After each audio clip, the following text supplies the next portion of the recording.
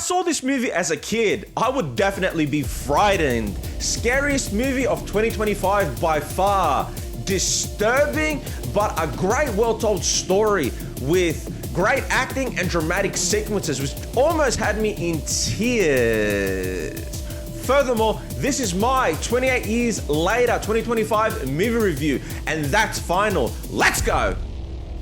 Directed by British filmmaker Danny Boyle, who also directed the first 28 Days Later. Additionally, this film was written by Alex Garland, well-accomplished British filmmaker who wrote the first 28 Days Later also. Now, the film's synopsis is as follows. The film follows the events after the first two films, 28 Days and 28 Weeks Later, surrounding the life of a young 11-year-old boy played by Alfie Williams and his family, father played by Aaron Taylor-Johnson, and his sick mother played by Jodie Comer.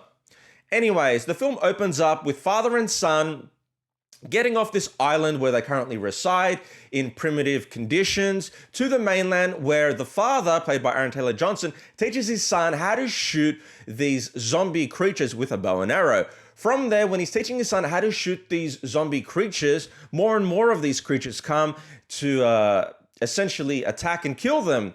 From there, they haul ass back to their island where they almost die.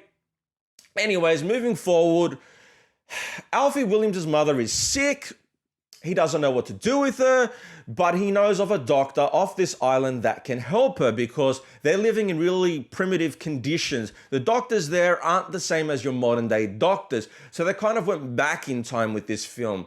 Anyways, from there, Alfie Williams catches his father cheating on his mother, decides to take his mother off the island without telling anyone, and all hell breaks loose trying to get his mother to Ralph Fiennes' character. I can't pronounce his name. And he's a doctor and trying to get his mother to this doctor. And yeah, it's just a different, unique, but awesome film. And they made this 28 years later, very different, and I really like this movie. I will say that. Now touching on what I liked and what I didn't like about this movie. Okay, starting off with what I liked about this film. Now, the acting, spot on, 10 out of 10. I love the acting. That little boy, Alfie Williams, he's a great actor, and he'll go far in his career as an actor. Definitely very dramatic acting in this movie. I loved it. It was surreal, it felt authentic, spot on, great acting. The direction by Danny Boyle, I loved his direction when it came to this movie. The angles, nevertheless, the cinematography, I will mention, perfect cinematography.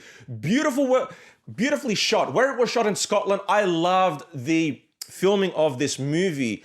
And whoever edited also did a great job. The color grading, spot on, 10 out of 10, perfect. Now, the story. I really love this story because it puts you in these actors, these characters' shoes. What would you do in that situation if someone was sick? So it puts you in a rock and a hard place. And this boy trying to get his mum healthy again and off this primitive island. It really makes you think. It's not only a horror film, it's a dramatic film with all different genres wrapped into one, but definitely perfect story, perfect acting, cinematography, and direction all get a 10 out of 10 for me. Okay, now when it comes to what I didn't like about this movie, there are a few things that I didn't like about this film. For example, the ending. I won't spoil it if you haven't seen this movie, but the ending kind of ended abruptly, and I really didn't like the way it ended. But it definitely leaves it open for a part 4. And one last thing, I thought Cillian Murphy, Irish actor, was going to be in this movie, but he was nowhere to be seen, and I was looking out for him, but I didn't see him in this movie, and I would have liked to have seen him in this movie, but he might be in the 4th one, I don't know. Okay, now moving on to my movie score, scoring this movie out of 10. Okay, now I like this film better than the second one, but it definitely was nowhere near as good as the first 28 Days Later. In my opinion, that film is Danny Boyle's masterpiece. That is the best film in this trilogy of films. And I give 28 Years Later a score out of 10. I give it a 9 out of 10, and I feel that that is a very fair and accurate score.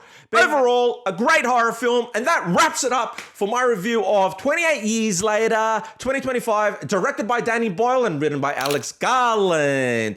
And if you've liked this 2025 horror film and you like this review, then stay tuned for my next video, which is another 2025 horror movie review. I won't tell you what that is, but it stars Michael B. Jordan, and I was kind of late to the party with this horror film. But anyways, thank you all for watching. I'm Mike Star. If you've liked this video, give it a thumbs up. Comment down below with your thoughts on this movie, and I'll catch you all in the next video. Have a good night!